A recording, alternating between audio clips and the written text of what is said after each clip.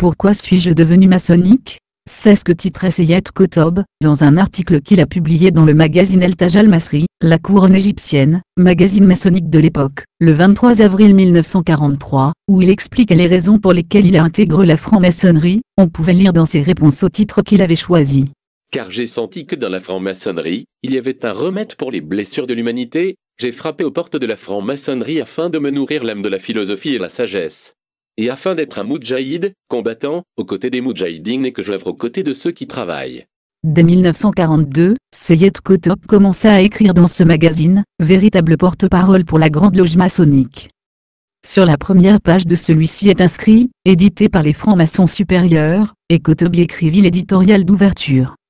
Et une telle mise en avant signifiait qu'il était parmi les plus hauts supérieurs des francs-maçons supérieurs. Et celui qui connaît le fonctionnement des groupes et organisations maçonniques, sait qu'ils sont organisés de façon pyramidale dans laquelle on évolue par niveau, avec des grades, des degrés.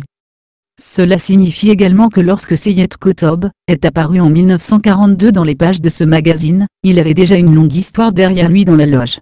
L'histoire et l'activité de Seyed Qutb dans la franc-maçonnerie est cachée, comme celle de la franc-maçonnerie en général.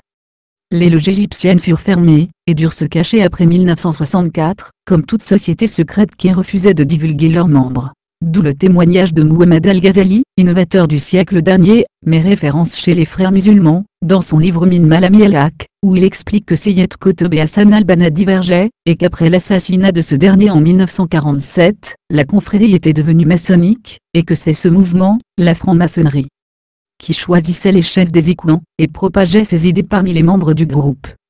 Plus loin, il ajoute que Seyed Qutb faisait partie de ce que la franc-maçonnerie avait réussi à implanter au sein des frères musulmans. Qu'Allah nous préserve de ces milieux, groupes et références.